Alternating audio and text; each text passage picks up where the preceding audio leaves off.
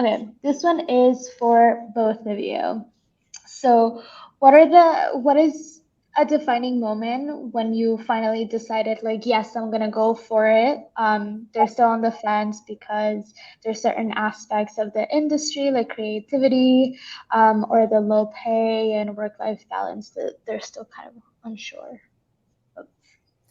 I'm not proud of my answer, but I'm going to say having a baby, having my son. And so it was fine putting my husband on the line because, like, before him, I could go to work, I could go to a football game, I could come home at 10:30 p.m., had only seen him for 30 minutes a day, and I was fine with that. I was like, I love you, you love me, we're fine, cuddle, sleep, done. And all of a sudden, I'm pregnant, and I started thinking that that's not enough. 30 minutes a day is not enough. Like an hour a day is not enough. And then anytime I would be with my husband, a school would like come back in my brain, right? And I could never turn it off. And my school would never let me turn it off, right? They would like text me after hours and be like, "What do you think about this for the auditorium? What do you think about this for the art show?" Blah, blah. And they were things that could wait until the next school day, but they wouldn't wait. They would want my feedback right then.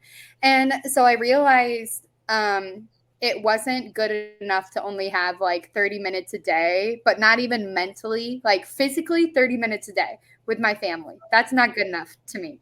And so I'm not proud of it because I did not really think high of my time, of me and my husband's time before. But the minute a baby came into the mix and Vinny came into the mix, and there's this lovable 1-year old you love a lot, suddenly that made me change priorities. And I said, I have to get out. And of course, teaching is not a cakewalk. And so it's very demanding physically, mentally, emotionally. And so I knew I was going to leave, but I was very slow about it. I was like, I'll leave in like 10 years, like I'll leave when like this and this happens and blah, blah, blah. But it wasn't like dire. Like I wasn't about to get kicked out of my house. My car was still working. It really took until having a baby to be like this. I need something better for my life and something better for my bank account. So here we are. Wow. That is so cute. Yeah. Congrats on your baby, though. Thank Yeah. you. He just turned 1. Aw. So cute. Is he starting to walk? Or not yet? He thinks he can walk. He can take one step and then he falls. I was an art teacher, right? And so I love art history. So his name is Vincent, after Vincent van Gogh.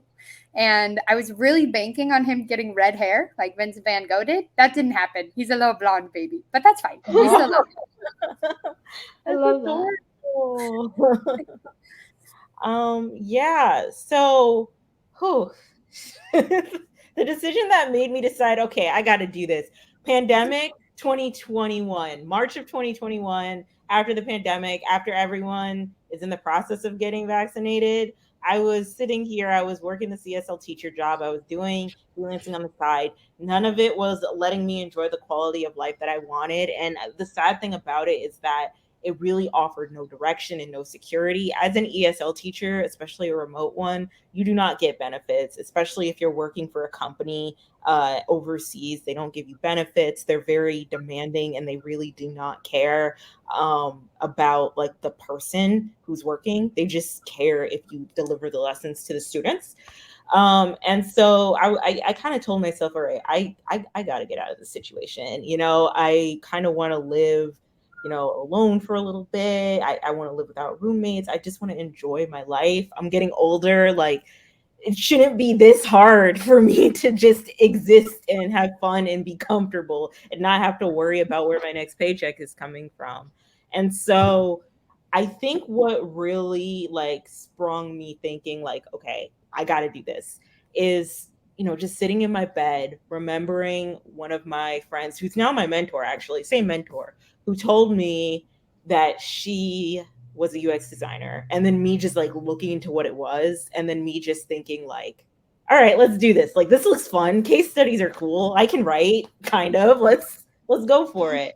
And so I think it was honestly the weight of the pandemic, the weight of just realizing that a lot of jobs that we think are secure actually aren't and are like super underpaid, and just just getting older and being like, okay, what am I going to do with my life in the next 5 years, in the like next 10 years? Like, I want to do better for myself.